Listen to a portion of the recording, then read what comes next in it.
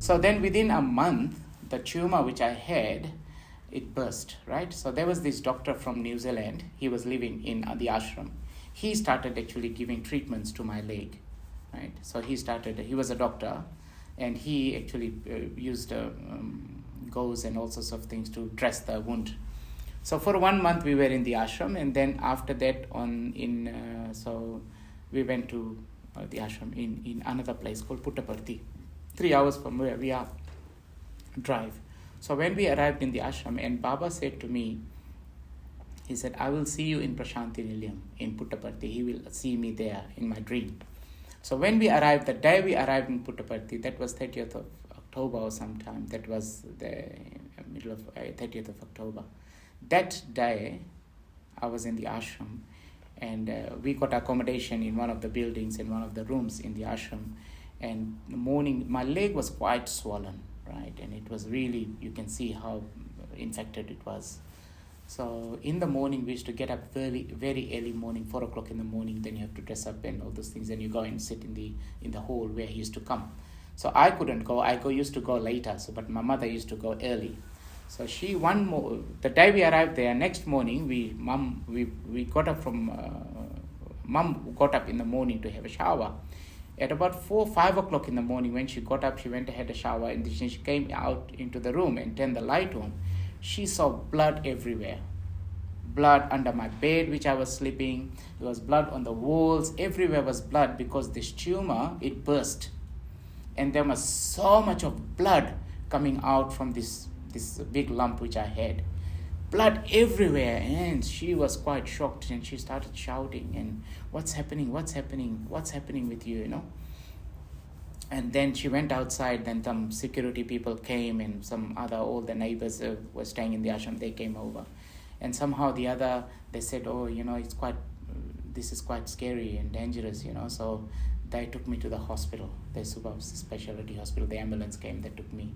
And the doctor who actually saw me there in the ashram, one of the devotees, and he came to see me, and he put me an injection, and he said, this type of problems, you should have stayed in your own country. Why you come here to disturb? You need to have an amputation right now. And I said, no, I don't want to. I came here to see my master.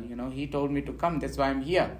He said, no, this is very dangerous case. There's nothing can be done for this. And I said, I don't know what to do. And then anyway, he put the bandage and everything. Then I went back to the ashram. So then I stopped going for darshan. I never used to go hardly, because all the time it was bleeding. Whenever the dressings was changed, the blood used to come out. All the time the blood. So it was on the 11th of November. And because I didn't have any wheelchair, I was only on crutches. So when you walk on crutches, still it bleeds. You have to rest your leg, But there was no wheelchair in the ashram, only few people were using it. So it was on the 11th of November. There were some devotees. There were devotees from all parts of different countries. And we managed to get some devotees from Fiji as well, but they were living in overseas. And they became our friends and everything, They became very close to us. So they were looking after us as well. What happened? On the 11th of November, I got up in the morning. I wanted to go for a darshan of Baba. So I got up in the morning, I went to have a shower, and then it started bleeding again in the bathroom. So somehow my mother brought me and put me onto the bed, right? And then it was bleeding so badly that, I was losing conscience. And meantime, all the neighbors and the people around the ashram, this was early in the morning, they started, and my mother actually, it started bleeding. At about 10 o'clock, it was bleeding so much that, after darshan, lots of people came over, and they started chanting in my room so that things starts to get better. At about 11 o'clock in the morning, about 10:30, 11, I just lost all my conscience. So I fainted, and I definitely fainted, or I lost myself. I don't know what was happening. I was totally... I lost my breath, I lost everything. I was actually literally gone. And my mother was crying and crying, because she was saying, where will I go if something happens to you? How will I take you back to Fiji and all those things? And then, I had a statue of the goddess in my hand, which was given to me in Fiji. And there was this boy, he was from France. He had a lingam, a stone in his hand, which is a white lingam, and they gave it to me in my hand. And they were praying and praying. I have no idea. They was praying, lots of prayers. There were some doctors from France. They were chanting all these mantras and all sorts of things.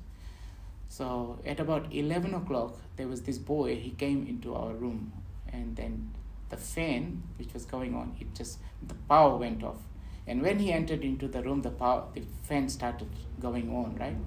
And then that boy, he was the one, he was from New Zealand. He was looking after me. He said, Sailesh, he was waking me up, but I'm not there. So, and then he held my hand. And there was this, the Shivalingam, which I had it in my hand.